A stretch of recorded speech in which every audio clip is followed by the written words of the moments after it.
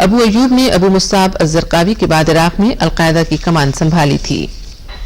Baghdad میں امریکی اور عراقی فورسز کا آپریشن جاری ہے جس میں تقریباً 6 مزاحمت کار ہلاک ہو گئے ہیں۔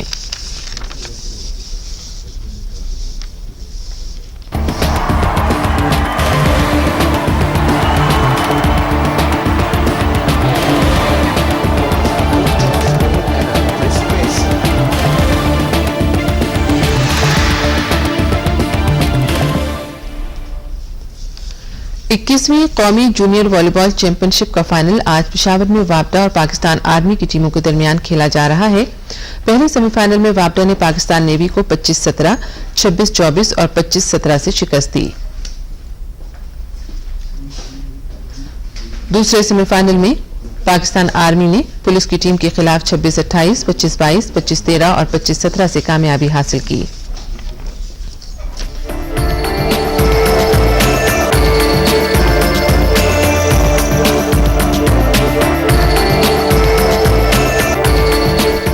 محکمہ موسمیات کے مطابق آئندہ 12 گھنٹے کے دوران بالائی پنجاب، بالائی صوبہ سرحد، شمال مشرقی بلوچستان اور کشمیر میں کہیں کہیں بارش اور پہاڑوں پر برف باری کا امکان ہے۔ یہ تھیں اب تک کی خبریں اور اب چلتے ہیں واپس پروگرام نیوز پلس میں اسرار صاحب کی طرف۔ بہت شکریہ عشرت ثاقب صاحبہ اور نسرین آغائی صاحبہ۔ ناظرین، آپ دیکھ رہے تھے خبریں اور اب پروگرام کو آگے بڑھاتے ہیں اور آپ کو معلوم ہے کہ آج جمعۃ المبارک ہے، سید الایام، مسلمانوں کی عید کا دن، اور اسی وجہ سے آپ کو پتا ہے کہ ہم احادیث پیش کرتے ہیں آپ کی خدمت میں جمعے والے دن۔ آج احادیث کا انتخاب جو ہے ناظرین وہ ہے عمراء اور علماء کا باہمی تعلق جو ہے وہ کیسا ہونا چاہیے۔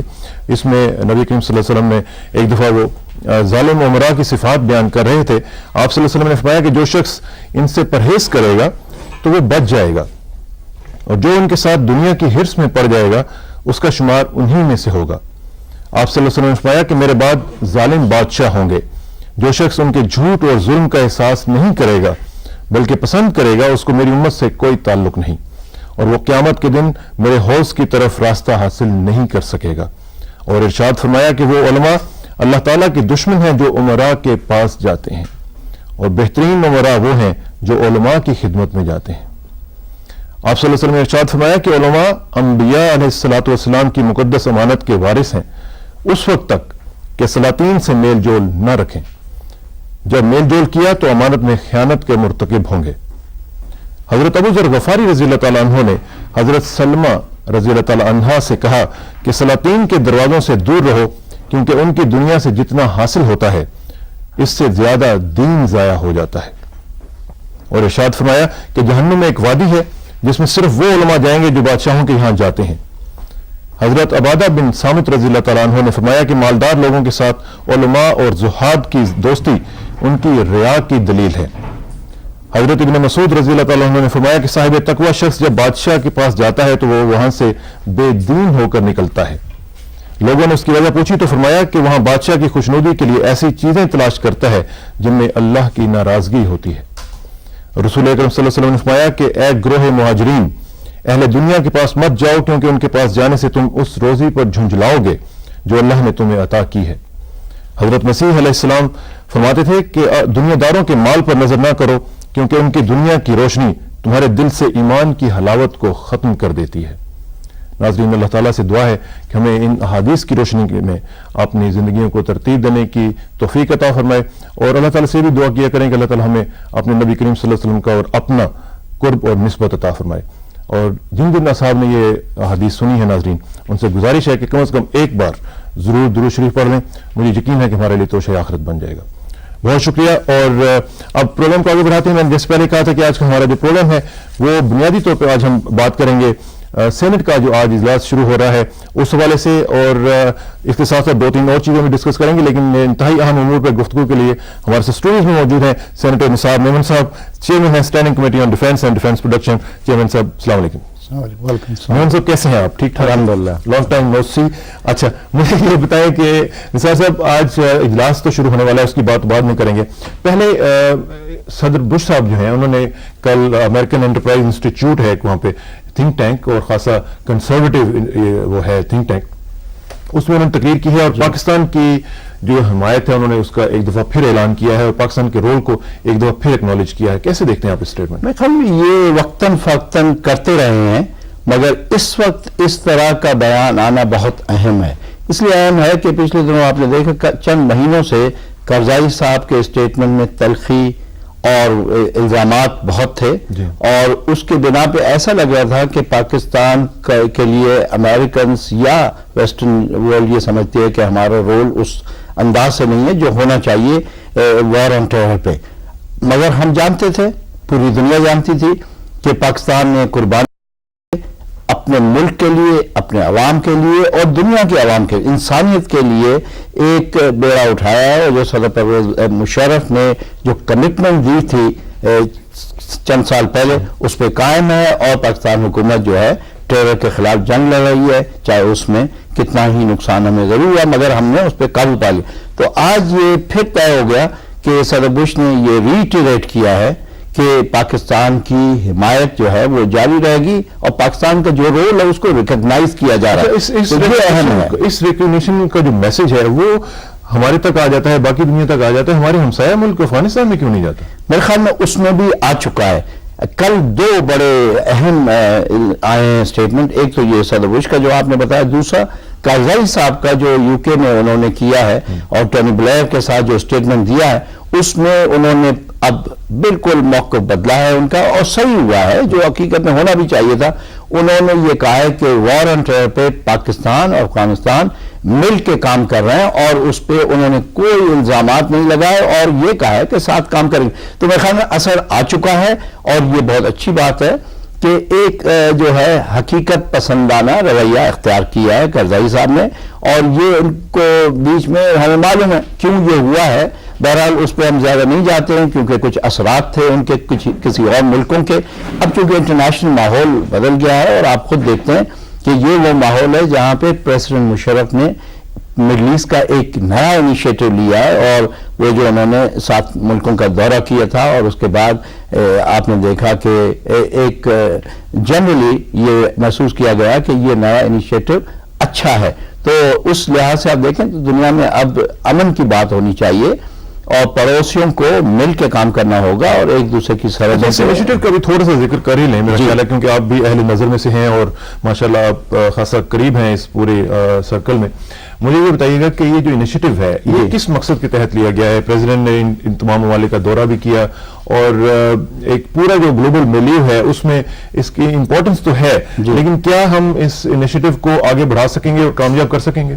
دیکھنا یہ ہے کہ اس وقت دنیا میں مسائل جو ہیں وار آن ٹیرر کہیں یا جو دوسرے بھی، ان کی جو وجوہات جو کور ایشو کیا ہے کہ مسائل درپیش ہیں دنیا میں، ان ریزالوڈ ایشوز ہیں ملکوں کے درمیان، اور اس میں سب سے بڑا جو ہے وہ ہے مسئلہ فلسطین کا اور کشمیر کا بھی ہے. مگر اس وقت ہم بات کر رہے ہیں کشمیر کا مسئلہ جو ہے صدر پرویز مشرف کی کوششوں سے اب ڈائیلاگ پہ ہندوستان بیٹھ گیا ہے، بات کر رہے ہیں، تو لہٰذا اس کی ہم اس وقت بات نہیں کرتے. مگر یہاں پہ مڈل ایسٹ کا جو فلسطین کا ایشو ہے جس میں ہزاروں لوگوں کی جانیں گئی ہیں، پھر لیبنان کا ہم نے دیکھا ابھی حال ہی میں جو جنگ شروع کی تھی اسرائیل نے، اور اس کے بعد ہم نے عراق کے ساتھ بھی سچویشن دیکھی. تو اس مڈل ایسٹ کے ایشو کو کئی انیشیٹو ماضی میں آئے ہیں، یہ یقیناً صحیح بات ہے، مگر وہ انیشیٹو کامیاب نہیں ہوئے ہیں. یہ انیشیٹو ایک نیا سا ہے، ایک نیا سا انیشیٹو ہے اور یونیک سا اس لیے ہے کہ انہوں نے ان سارے ممالک کو لیا ہے جو کہ اس سے افیکٹ ہوئے ہیں. آپ نے دیکھا انہوں نے دورہ کیا سیریا کا، جارڈن کا، سعودی عرب کا، ایجپٹ کا اور یہ یو اے ای کا، یہ سارا جو دورہ، اور پھر یہ 2 ممالک انڈونیشیا کا اور ملیشیا کا. اب کئی لوگ سوچتے ہیں کہ جی ملیشیا اور انڈونیشیا تو بہت دور ہیں فلسطین کے ایشو. میرے خیال میں مسلمانوں کا ایشو ہے، مسلم کنٹریز اکنامکلی ڈیولپ بھی ہیں اور ان کا ایک رول ہے. تو یہ سب کو صدر صاحب نے جو ایشو کیا ہے، یہ جو ایشو کو ہینڈل کرنے کے لیے یہ انیشیٹو لیا، میرے خیال میں بہت یونیک ہے اور اس وقت کے لیے اہم ہے، اور ہم دعا کرتے ہیں کہ اللہ تعالیٰ اس میں کامیابی ہو، کیونکہ مسلمانوں کے لیے اور دنیا کے لیے اس میں بہتری ہے. بالکل ٹھیک ہے. نثار صاحب آپ کی اجازت سے ایک چھوٹا سا جمپ لیتے ہیں اور چلتے ہیں لاہور اور بات کرتے ہیں آئی جی پنجاب احمد نسیم صاحب کے ساتھ، اور آئی جی صاحب سے پوچھتے ہیں کہ جو کل میٹنگ ہوئی ہے چیف منسٹر پنجاب کے ساتھ ان کی، اس میں کیا کیا ڈیسیجنز آئے ہیں، خاص طور پہ یہ ڈیسیجن کہ مختلف پولیس آفیسرز جو ہیں وہ اپنے ان کے جو ضلع ہے جہاں سے بلانگ کرتے ہیں ان کی تعیناتی وہاں پہ نہیں ہو سکے گی۔ احمد نسیم صاحب السلام علیکم جی۔ وعلیکم السلام۔ احمد نسیم صاحب، کل آپ کی میٹنگ ہوئی ہے پنجاب کے چیف منسٹر صاحب سے، چودھری پرویز الہی صاحب سے، کیا فیصلے ہوئے ہیں؟ جس طرح ایک تو میں نے ذکر کیا کہ مختلف پولیس آفیسرز جو ہیں ان کی اپنے ضلعوں میں تعیناتی نہیں ہو سکے گی، اس کی کیا وجہ ہے؟ اس طریقے سے رہائشی تھانوں اور اضلاع سے باہر رہ کے پولیس افسران جو ہیں جی وہ ذاتی تعلقات اور تعصبات سے بالاتر ہو کے اپنے فرائض بہتر طریقے سے ادا کر سکیں گے، اور اس ضمن میں ہم نے وزیر اعلیٰ پنجاب کے احکامات کی روشنی میں ہدایات جاری کر دی ہیں، اور اس طریقے سے ان کو ٹرنیور بھی جو ہے وہ بھی فکس کیا گیا ہے جس سے وہ وہاں پہ یکسوئی سے اپنا کام کر سکیں گے۔ اور جو سب یہ کس لیول کے پولیس آفیسرز جو ہوں گے وہ وہاں پہ نہیں جا سکیں گے، یا تمام پولیس آفیسرز نہیں جا سکیں گے؟ یہ کانسٹیبل اور ہیڈ کانسٹیبل جو ہے اپنے رہائشی تھانہ میں جی، اور A S I sub inspector اور ڈی ایس پی جو ہیں وہ اپنے رہائشی ضلع میں تعینات نہیں ہو سکیں گے۔ تو ہائیسٹ جو اس میں ہے وہ اے ایس پی ہے؟ جی ہاں، ڈی ایس پی ہیں جی ہاں۔ اور ایس پیز اور اوپر کے جو افسران ہیں ان کی اس میں تو پہلے ہی ہدایات ہیں کہ وہ ان کے لیے آلریڈی رولز ہیں کہ ایس پی جو ہیں وہ بھی اپنے جو رہائشی ضلع ہیں وہاں پہ تعینات نہیں ہوتے۔ اچھا جو صاحب ایک اور چیز ذرا بتائیے گا کہ لا اینڈ آرڈر کی جو سچویشن ہے اس حوالے سے آپ کیا کر رہے ہیں؟ اسٹریٹ کرائمز کا پچھلے دنوں میں خاصا ہم سن رہے تھے مسئلہ بنا ہوا ہے پنجاب میں، تو اس سلسلے میں کیا اقدامات کیے گئے ہیں؟ وزیر اعلیٰ پنجاب نے اسٹریٹ کرائم کے روکنے کے لیے جو ہدایات دی ہیں ان کی روشنی میں ہم نے بڑے شہروں میں مثلا لاہور میں کرائم بیٹس کو نئے سرے سے تشکیل دیا ہے اور ان میں موٹر سائیکل گشت کا آغاز کیا ہے۔ اس وقت لاہور شہر میں قریباً 500 کے قریب موٹر سائیکل سوار جو ہیں وہ پولیس افسران 2 شفٹوں میں گشت کر رہے ہیں۔ 2 ہم نے کمرشل مارکیٹوں میں کلوز سرکٹ ٹی وی جو ہے کیمرے لگائے ہیں، اور اس زمن میں آپ کو بتاتا چلوں کہ 2649 کیمرے جو ہیں اس وقت 852 لوکیشن پہ لگا دیے گئے ہیں اور مزید لگ رہے ہیں۔ سوم ہم نے پی ٹی اے کی مدد سے مسروقہ جو موبائل سیٹ ہیں ان کا آئی ایم ای سسٹم سے ان کو بلاک کر رہے ہیں، اور چہارم ہیلپ لائن 15 کے سسٹم کو ہم نے بہتر کیا ہے۔ مثلا لاہور میں جو ہی کوئی شخص جو ہے پی ٹی سی ایل سے 15 پہ ہیلپ لائن پہ فون کرتا ہے اس کا ایڈریس بھی خود ہی ڈسپلے ہو جاتا ہے، جس سے کال کرنے والی کی فوری مدد کی جا سکتی ہے، اور جو اس میں جو رسپانس ٹائم ہے وہ کم ہو جاتا ہے۔ ٹھیک ہے۔ اچھا ایک آخر میں مجھے ذرا چیز بتائیے گا، اس میں میرا کنسرن ذاتی طور پہ اس لیے ہوتا ہے کہ میں اکثر دیکھتا ہوں کہ پولیس آفیسرز خاص طور پہ جو نچلا طبقہ ہے پولیس کا، ان میں ذرا تھوڑا سا ایک فرسٹریشن لیول ہوتا ہے تنخواہوں کے حوالے سے، فیسلٹیز کے حوالے سے، ان کی بھی لائف کو بہتر بنانے کی کچھ کوشش کر رہے ہیں؟ اس ضمن میں تو پنجاب حکومت نے خاطر خواہ کام کیا ہے، اور آپ کو یہ سن کے خوشی ہوگی کہ ہر کانسٹیبل کی تقریباً 2000 تنخواہ بڑی ہے۔ اس طریقے سے اے ایس آئی اور ایس ایچ اوز کو مشاہرے بڑے ہیں، اور اب ان کا فرض ہے کہ وہ اس کو جسٹیفائی کریں اور اچھا کام کر کے اپنی کارکردگی کو بہتر بنائیں تاکہ ان کے لیے مزید مراحت جو ہیں وہ حاصل ہو سکیں۔ بہت شکریہ آئی جی پنجاب احمد نسیم صاحب ہمارے ساتھ بات کرنے کا، اور انشاءاللہ آپ سے رابطہ رہے گا جی۔ Thank you very much. Ahmed Naseem صاحب ہمارے ساتھ گفتگو کر رہے تھے، آئی جی پنجاب ہیں، اور وہ بتا رہے تھے کہ وہاں پہ لا اینڈ آرڈر سچویشن کے لیے مختلف بہت ہی اچھے اور احسن اقدامات جو ہیں وہ کیے گئے ہیں۔ نثار صاحب واپس آپ کی طرف آتے ہیں، آپ مجھے معلوم ہے آپ نے جانا بھی ہے، آپ کے آج سینٹ کا اجلاس شروع ہو رہا ہے، اسی حوالے سے ذرا بات کر لیتے ہیں کہ سینٹ کا جو آج اجلاس شروع ہونے جا رہا ہے اس کی کیا اہمیت ہے، اس میں کیا کیا ڈسکس کرنے جا رہے ہیں آپ، کیا کیا ایشوز جو ہیں وہ سامنے آئیں گے؟ دیکھیے یہ 4تھا سال ہے جو سینٹ کا ختم ہونے کو آ رہا ہے۔ آپ کو علم ہے کہ سینٹ کے پہلے 3 سال تھے اور اس کے بعد 3 اور سال جو ہیں، تو 6 سال کا ایک مدہ لیا جاتا ہے۔ تو یہ سیکنڈ 3 ایئر ٹرم آپ کہہ سکتے ہیں جو شروع ہوا تھا پچھلے سال مارچ میں ختم ہوگا، اور اس کے 90 دن کی سٹنگ ہوتی ہے سینٹ کی، یہ ایک قانونی طور پہ ہے، تو اس کے 6 دن اور مزید باقی ہیں۔ مگر اہمیت یہ نہیں ہے کہ 6 دن پورے ہو جائیں گے اور یہ سال پورا ہو جائے گا، اہمیت یہ ہے کہ یہ پہلی دفعہ ہے ہسٹری میں کہ پری بجٹ ڈسکشن ہونے کو جا رہا ہے سینٹ میں۔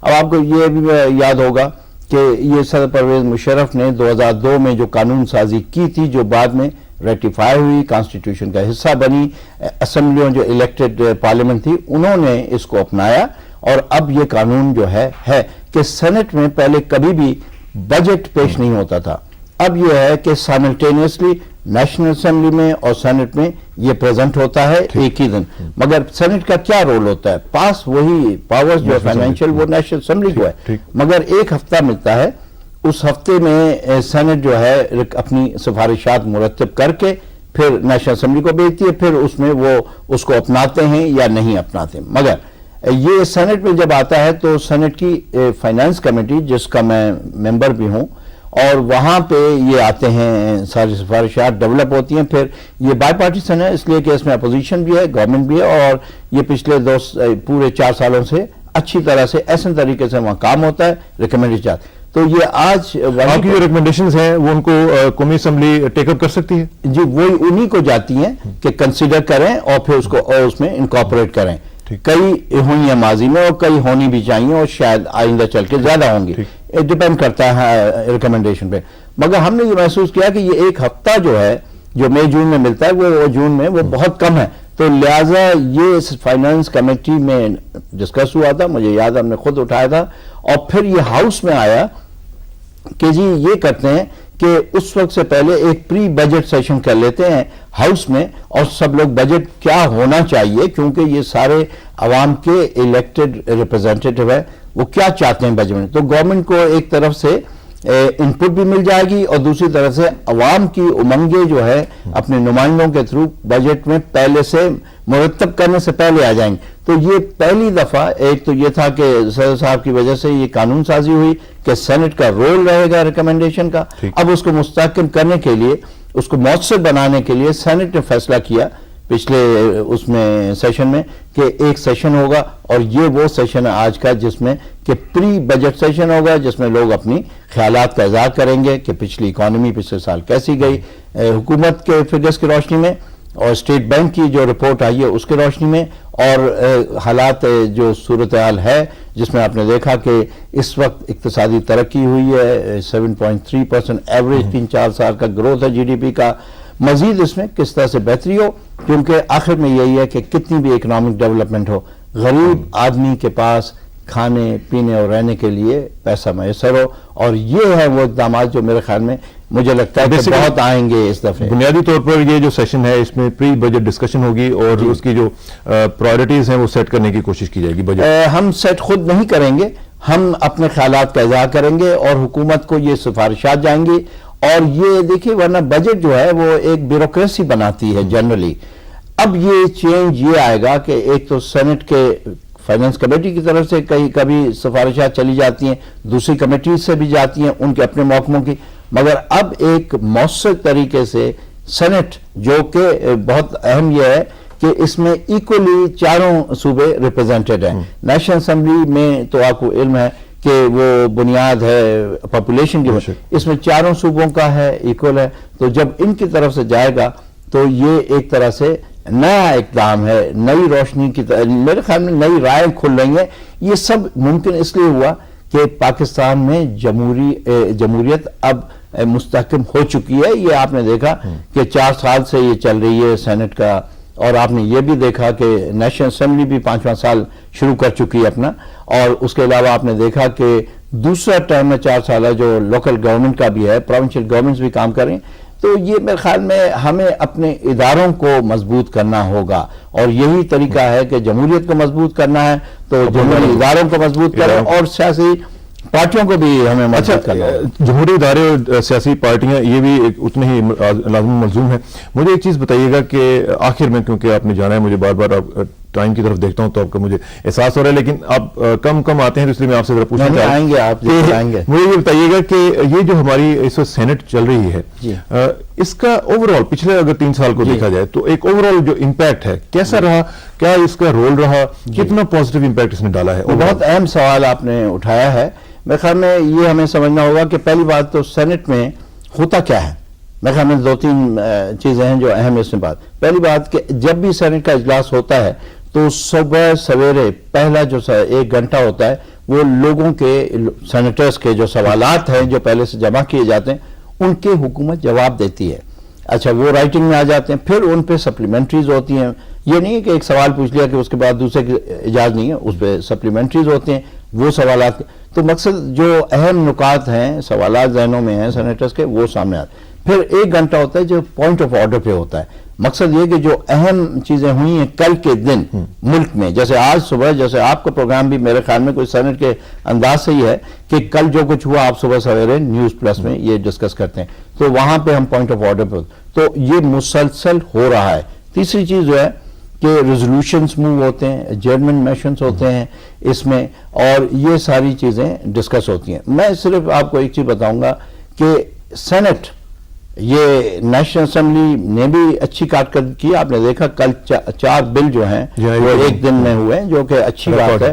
اور اسی طرح سے سینٹ میرے خیال میں کئی لوگوں کا ہے کہ جی وہاں پہ بائیکاٹس بھی ہوئے ہیں، یہ سینٹ میں بہت کم ہوئے ہیں پہلی بات. اور دوسری بات یہ کہ ڈسٹربنس بھی، واک آؤٹس بھی کم ہوئے ہیں. اور شروع میں یاد ہے ہمیں کہ تھم ڈسک بجانے کی باتیں بھی ہوئی، مگر اس کے بعد وہ تھوڑے سے مدت کے لیے تھی اور سینٹ بڑے مؤثر انداز سے کرتی رہے. میں صرف ایک چیز قوم کو آپ کے تھرو بتانا چاہوں گا کہ عراق میں جب جنگ ہوئی، شروع ہوئی ہے، امریکنس آئے ہیں تو انہوں نے کوشش کی تھی کہ دوسرے ممالک بھی اپنی فوجیں بھیجیں. اور یہ پاکستان میں بھی یہ بات ہو رہی تھی کہ آیا حکومت بھیجے گی اپنی فوجیں یا نہیں.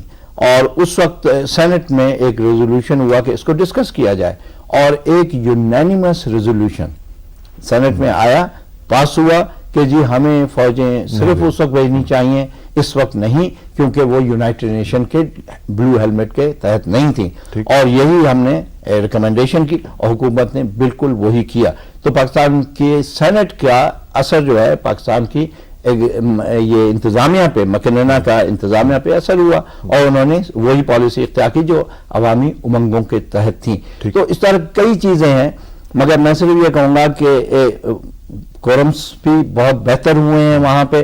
ہاں کبھی کبھی نہیں بھی ہوتے ہیں کورمز، اس کی بھی وجوہات ہوتی ہیں، سیاسی وجوہات ہوتی ہیں کورم نہ کرنے کی، مگر سینٹ میں ایک آدھ دفعہ ہی ہوگا یاد پڑتا ہے. تو یہاں پہ ریزولوشن ہوئی ہیں، بڑی اچھی بحث ہوئی ہیں، فارن پالیسی بھی ہوئی ہیں، اور پاکستان کے ہر انٹرنل ایشو پہ بحث ہوتی ہے. اور یہ بھی میں بتاؤں کہ صرف اپوزیشن نہیں اٹھاتی ہے یہ مسائل، جو ہے ہمارے اپنے بھی، مگر سب سے اہم جو چیز اگر آپ کو پورا احاطہ لینا ہے سینٹ کے کارکردگی کا، تو سینٹ کی جو اسٹینڈنگ کمیٹیز ہے ان کا آپ کو لینا پڑے گا. میں آپ کو بتاؤں کہ کئی کمیٹیز جو ہیں بہت زیادہ مؤثر ہیں، اور ان کی بڑی میٹنگز ہوئی ہیں. اور اس طرح سے نام اگر میں لینا شروع کروں تو اچھا نہیں لگتا کہ کسی ایک کمیٹی کا لوں دوسری کا نہ لوں، مگر کئی کمیٹیز کی بہت میٹنگز ہوئی ہیں. میں صرف اپنی میٹنگ کمیٹی کا بتا سکتا ہوں کہ ہم نے ان ایریاز میں ڈیفنس کمیٹی میں گئے جن میں ماضی میں کبھی نہیں گئے. فار ایگزامپل ہم نے کہا کہ پاکستان کی ڈیفنس پالیسی ڈسکس کی جائے گی، پریزنٹ ہونی چاہیے. مکننہ کا حق ہے کہ وہ پوچھیں کہ جی کیا ہو رہا ہے، تاکہ اگر کوئی ریکمنڈیشن دے. وہ پاکستان کی تاریخ میں پہلی دفعہ انتظامیہ نے، ڈیفنس منسٹری نے آ کے پریزنٹ کی ڈیفنس کمیٹی کو پاکستان کی دفاعی پالیسی. اور میں صرف اتنا کہوں گا پاکستان کی دفاعی پالیسی جو ہے وہ ڈیفنسو ڈیٹرنس پالیسی ہے، اور بہت اچھا ہے. اس سے ہم نے پاکستان کی ملک کی جو ہے سلامتی کے لیے کام کیا ہے. ایک دوسرا یہ کہ بجٹ کے لیے کہتے ہیں جی ڈیفنس کی ایک لائن ہے، اس کے بعد بات نہیں ہو سکتی. یہاں پہ کمیٹی میں پریزنٹ ہوئی، ایک نہیں کئی لائنیں پریزنٹ ہوئی. تیسری بات، پاکستان کے نیوکلیر اثاثے ہیں وہ ان پہ کبھی روشنی نہیں ڈالی تھی. ہم نے ریکویسٹ کی اور 3.5 گھنٹے کی میٹنگ میں انہوں نے ڈیفنس منسٹری کے جو ریلیونٹ وہ تھے اہلکار، انہوں نے 3.5 گھنٹے ڈیفنس کمیٹی کو، نہ صرف ہماری بلکہ اس میں چودھری شجاعت صاحب کی ڈیفنس کمیٹی جو نیشنل اسمبلی کی ہے، فارن افیئرس کمیٹیز کو بھی اس میں شامل کر کے ایک پریزنٹیشن ہو. تو کہنے کا مقصد یہ ہے کہ اب وہ بات نہیں رہی کہ کسی سبجیکٹ پہ آپ بات نہیں کر سکتے. ہم نے جمہوریت کو مستحکم، وہ ایریاز نہیں ہیں، اب بالکل نہیں ہے، اور ان میں کئی ایریا ہے جس میں ان کیمرہ ہوتے ہیں تو عوام کو صاف ظاہر سینسٹیوٹی ہوتی ہے. تو اس لیے تو یہ ایک کارکردگی اگر دیکھنی ہے تو آپ کو صرف سینٹ کی نہیں، فل ہاؤس کی، اور ساتھ میں جو کمیٹیز کام کریں وہ ہمیں یقیناً دیکھنا پڑے گا. وہ اخباروں میں آتی ہیں، کھلے عام آتی ہیں. تو میں یہ سمجھتا ہوں کہ بہت مؤثر کردار رہا ہے پالیسی بنانے میں، اس کو اثر انداز کرنے میں، اور محکموں میں بہتری لانے کے لیے. وقت کی کمی کی وجہ سے میں ڈیٹیل نہیں لے سکتا ہوں، مگر جو بھی پبلک آرگنائزیشنز ہمارے ڈیفنس میں ہیں، جیسے پی آئی اے ہے یا سول ایویشن ہے یا دوسرے ادارے، یا وہاں پہ آئل اینڈ گیس میں ہوں یا ٹیکسٹائل میں ہو، انڈسٹری میں، ان سب کو یہاں ڈسکس کیا جاتا ہے اور ان کو ہدایت کی جاتی ہے. ان ہدایت کی روشنی میں ان کا فرض ہو جاتا ہے کہ اس کو دیکھیں اور یا تو کہیں کہ جی کر سکتے ہیں, تو اگر نہیں کر سکتے کیوں نہیں. اکثر یہ ہوتا ہے کہ وہ ہدایت پہ یقیناً عمل کرتے ہیں. بہت شکریہ نثار میمن صاحب, آپ تشریف لائے. مجھے معلوم ہے آپ کا اجلاس شروع ہونے والا ہے, آپ نے جانا ہے اور انشاءاللہ آپ سے رابطہ رہے گا. آپ کو کسی دن پھر زحمت دیں گے اور آپ کا ایک جو پورا نالج ہے اس حوالے سے اس کے ہم فائدہ اٹھانے کی کوشش کریں گے. بہت شکریہ جی, ویری مچ فار کمنگ جی. بہت شکریہ. ناظرین, نثار میمن صاحب ہمارے ساتھ موجود تھے, چیئرمین ہیں standing committee on defence and defence production, اور ان سے بات کر رہے تھے ہم مختلف امور کے اوپر. ہم نے یہ بھی ڈسکس کیا کہ امریکن انٹرپرائز انسٹیٹیوٹ جو ہے اس میں صدر بش نے ایک تقریر کرتے ہوئے صدر پاکستان جناب پرویز مشرف صاحب کی تعریف کی ہے, پھر پاکستان کے رول کو ایکنالج کیا ہے, اس کو بھی ہم نے ٹچ کیا. پھر ہم نے سینٹ کا جو کردار ہے اس کے حوالے سے بھی بات کی کہ اوور آل سینٹ کا جو رول ہے وہ کیسا ہے. سینیٹر نثار میمن صاحب کہہ رہے تھے کہ سینٹ کا کردار جو ہے وہ بہت مثبت رہا ہے. یہاں پہ اب ٹائم ہو رہا ہے ایک بریک کا, اور بریک لیتے ہیں اور اس کے بعد واپس آتے ہیں, پروگرام کو آگے بڑھاتے ہیں. آپ کی کالز بھی لیں گے, اپنی کالز ذرا تیار رکھیے گا please. Sit tight, will be right back. بچے تو سبھی اچھے ہوتے ہیں لیکن ان کی پرورش تو اچھی ہونی چاہیے, اور یہ اسی وقت ممکن ہے جب آپ کا کنبہ آپ کے وسائل کے مطابق ہو. مزید معلومات اور رہنمائی کے لیے نزدیکی فلاحی مرکز یا تولیدی صحت کے مرکز سے رجوع کریں. وزارت بہبود آبادی, حکومت پاکستان. ویلکم بیک ناظرین, بات ہو رہی ہے نیوز پلس میں مختلف امور کے حوالے سے. ابھی ہم نے بات کی سینٹ کا رول اور صدر مشرف کے بارے میں جو صدر بش کی سٹیٹمنٹ ہے اس کو ہم نے بحث میں لائے, اور اس میں ایک اور ٹاپک آج میں نے جس سے پہلے کہا تھا کہ ہم نے ڈسکس کرنا ہے وہ ہے نالا لئی کے حوالے سے, کہ جو کل پریزنٹیشن دی گئی ہے صدر پاکستان کو, اس میں نالا لئی کا ایک بہت بڑا پروجیکٹ سامنے آیا ہے, اور اس کی کیا تفصیلات ہیں اس کو ڈسکس کرنے کی خاطر ہم کوشش کر رہے ہیں ہمارا رابطہ ہو جناب راجہ جاوید اخلاص صاحب کے ساتھ, کہ جو پنڈی کے ناظم ہیں, اور ان سے پوچھیں کہ نالا لئی کے حوالے سے کیا ڈیولپمنٹس ہوئی ہیں. راجہ جاوید اخلاص صاحب السلام علیکم. جی جی وعلیکم السلام. راجہ صاحب, یہ جو کل پریزنٹیشن آپ نے دی ہے صدر پاکستان کو نالا لئی کے حوالے سے, اس کی ذرا تفصیلات بتائیں گے آپ؟ جی جی بالکل ضرور جی. اس طرح جی کہ راولپنڈی کا یہ سب سے بڑا میگا پروجیکٹ ہے جی, جو عمار چوک سے شروع ہو کر اور یہ ITI پرنسپل روڈ تک جائے گا. یہ تقریباً کوئی 2 طرفہ روڈ بنے گی اور یہ 22 کلومیٹر اس کی لمبائی ہوگی. اور اس طرح یہ ایک راولپنڈی اسلام آباد کے درمیان ایک تیسرا روڈ ہوگا, کیونکہ اس سے پہلے صرف مری روڈ پہ جو ہے یہ ایک روڈ ہے, مین جو آرٹری ہے, تو اس سے جو ہے یہ 2 حوالوں سے مسائل حل ہوں گے. ایک تو یہ ہے کہ 3 انٹرچینجز ہوں گے, ایک مار چوک کے مقام پہ ہوگا, دوسرا مریڑ کے مقام پہ ہوگا, اور تیسرا جو ہے یہ کٹاریاں برج پہ ہوگا. تو جن لوگوں نے ان علاقوں سے جانا ہوگا, جنہوں نے پشاور جانا ہوگا, انہیں بھی پشاور روڈ پہ جانے کی ضرورت نہیں, اور جنہوں نے اسلام آباد جانا ہوگا اس علاقے سے وہ ڈائریکٹ جو ہے ان کی اپروچ جو ہے وہ ITI پرنسپل روڈ پہ ہو جائے گی. اور اس طرح یہ مری روڈ پہ, ایئرپورٹ روڈ پہ جو ہے جو ٹریفک بلاکیج ہے یہ ہمیشہ کے لیے انشاءاللہ تعالیٰ یہ مسئلہ حل ہو جائے گا. اور اس پہ تقریباً کوئی 14 ارب روپے کی جو ہے یہ لاگت آئے گی. اور اس سے دوسرا جو بڑا مسئلہ حل ہوا ہے یہ جو پچھلے 50 سالوں سے ہر سال ہمیں سیلاب کا سامنا کرنا پڑتا ہے لئی کے اندر, اور جہاں پہ بہت ساری قیمتی جانیں اور لوگوں کا مال ضائع ہوتا ہے, تو سیلاب کو بھی مد نظر رکھا گیا ہے. اور 100 سال کا اس کا لگایا گیا ہے کہ اس عرصے کے دوران جتنے بھی سیلاب آئے ہیں, یہ جس میں 2001 کا بھی شامل ہے, تو اس کیپیسٹی کے حوالے سے یہ اس کو کیٹر فار کرے گا, اور یہ لئی کا جو سیلاب کا مسئلہ ہے یہ بھی حل ہو جائے گا. تیسرا بڑا مسئلہ جو حل ہوا ہے وہ ہے کہ پنڈی کا جو جتنا بھی سیوریج ہے وہ ٹنک سیور کے ذریعے لئی کے اندر سے جو ہے یہ گزارا جائے گا. اور اس طرح جو ہے انوائرمنٹلی لئی صاف ہوگا, اور سیور جو ہے یہ پائپ کے ذریعے جائے گا, اور لئی کے اندر صرف بارش کی صورت میں یہ صاف پانی بہے گا, اور لئی کا بیڈ بھی پختہ کیا جائے گا, اور کنکریٹ کی والز ہوں گی.